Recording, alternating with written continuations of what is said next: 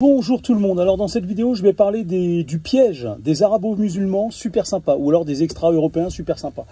Vous avez tous eu autour de vous un extra-européen super sympa ou un arabo-musulman super sympa et je pense qu'une fois sur deux il est sincère, c'est-à-dire, enfin, ou elle. Je pense qu'une fois sur deux ces gens sont sincères. Peut-être moins que ça même, peut-être moins que ça, je suis peut-être trop optimiste. Parce que vous savez que dans la religion musulmane, il y a ce qu'on appelle la taqiyya. Et donc du coup, leur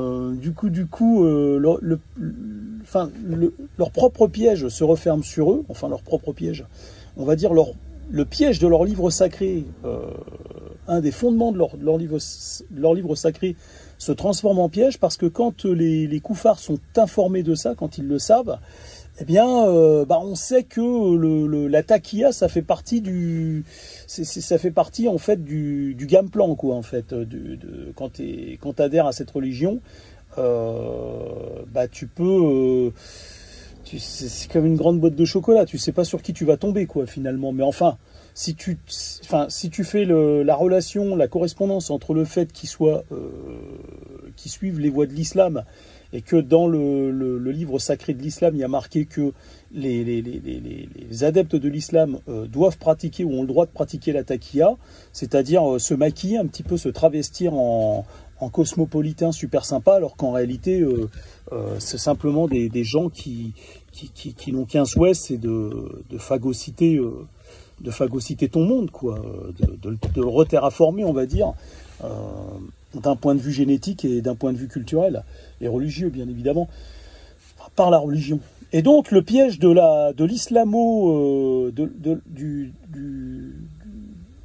l'arabo musulman super sympa et de l'extra-européen super sympa, c'est que en fait, il va te demander d'accepter d'être un dommage collatéral. C'est-à-dire que tu vas lui dire, ouais, mais t'as vu, toi t'es sympa, enfin c'est ce que tu t'affiches en tant que tel sur la scène parisienne, et tu me dis que faut pas généraliser, que ça va, il y a des cons, il y en a partout, que machin. Pourtant moi, quand je me fais agresser, la plupart du temps, ou quand on me fait des trucs tout chelous, tu vois, genre on respecte pas ma bulle territoriale en caisse, c'est-à-dire que le mec il se colle à moi en caisse, tu vois, il attend pas que le tapis libère un peu, tu vois, il commence à poser ses courses presque sur les miennes, tu vois, il ensevelit mes courses avec ses courses.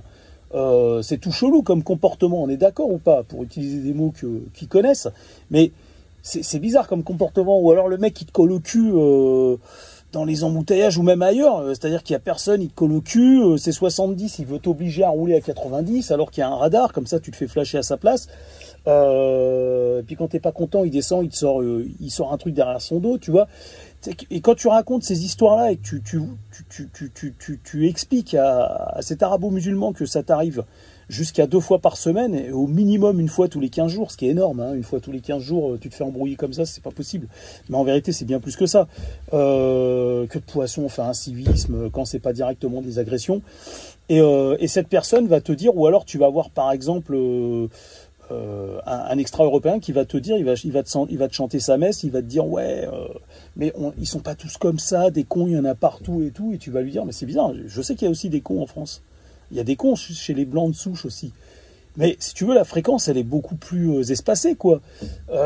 C'est ça que je veux te dire, c'est quand même pas la même échelle. Ils vont dire mais non, c'est pas vrai, les stats sont pipés, c'est parce que les gens qui font les statistiques c'est des fachos, tu comprends ou pas, tu vois ce que je veux dire ou pas.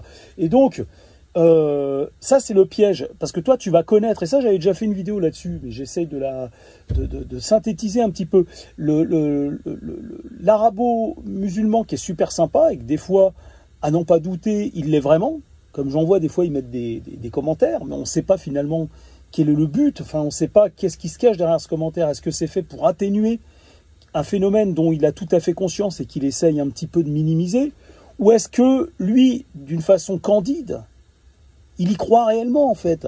Moi j'ai du mal à y croire qu'il y croit réellement, parce que s'il ouvre sa télé, s'il regarde, s'il écoute ses congénères, les propos qu'ils ont, parce que moi j'ai vécu parmi eux, et puis comme je suis à moitié maghrébin, des fois ils s'en remettent à moi, ils me confient des choses.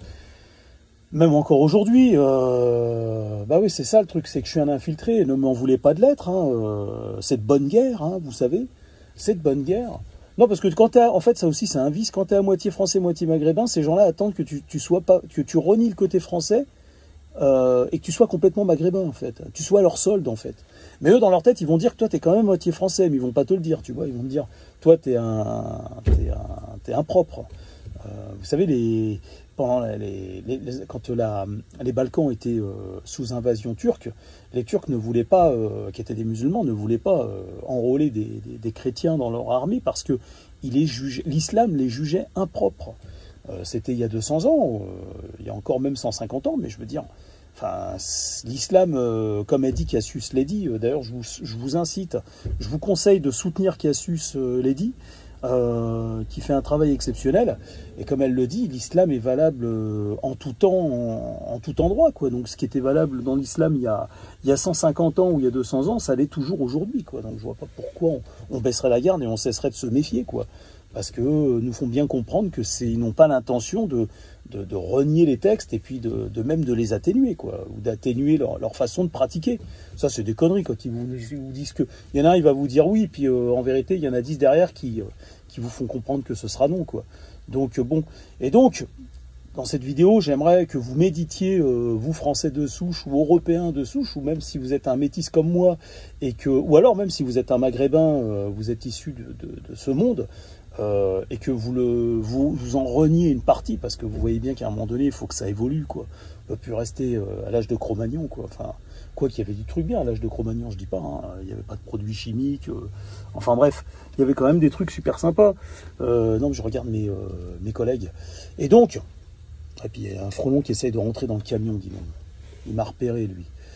Oh là là, il y a un truc énorme là-bas qui vole, je sais pas ce que c'est, putain, mais la vache.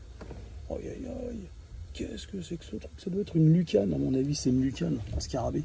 Et donc, le piège de l'extra-européen super sympa et l'arabo-musulman super sympa, c'est que si vous en avez un dans votre famille, parce qu'il s'est mis avec quelqu'un que vous connaissez, ou dans votre groupe d'amis ou au travail, il va toujours vous obliger, vous orienter à aller dans son sens à lui. Et il va vous demander d'accepter d'être un dommage collatéral. Il va te dire, écoute, tu vas lui dire, oh, mais t'as vu, moi, enfin, je veux dire, ça peut pas durer, je peux pas accepter comme ça, tu vois, je peux pas l'accepter, ça. Il va te dire, ouais, mais attends, t'es un facho.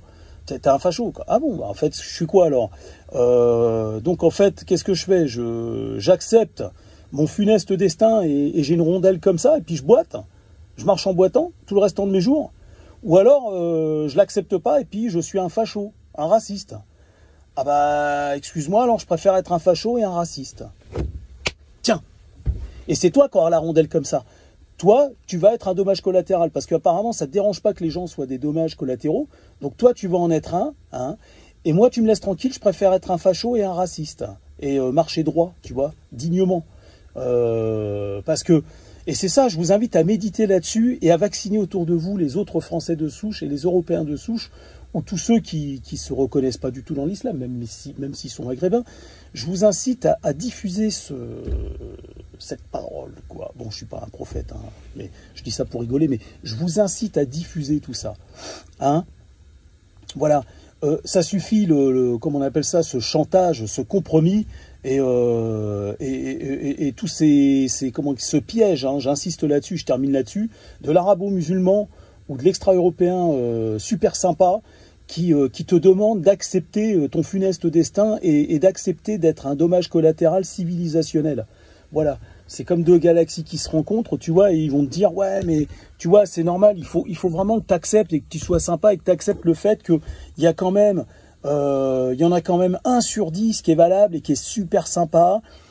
Et donc, tu peux quand même continuer à te faire enculer par les 9 autres. Tu comprends ou pas? Tu comprends? Hein? D'accord? Donc, vous comprenez, ça peut plus durer cette situation. Hein? Ça peut plus durer. Donc, c'est stop maintenant. Stop, stop. Voilà, je vous invite à diffuser cette philosophie. Je vous dis à bientôt.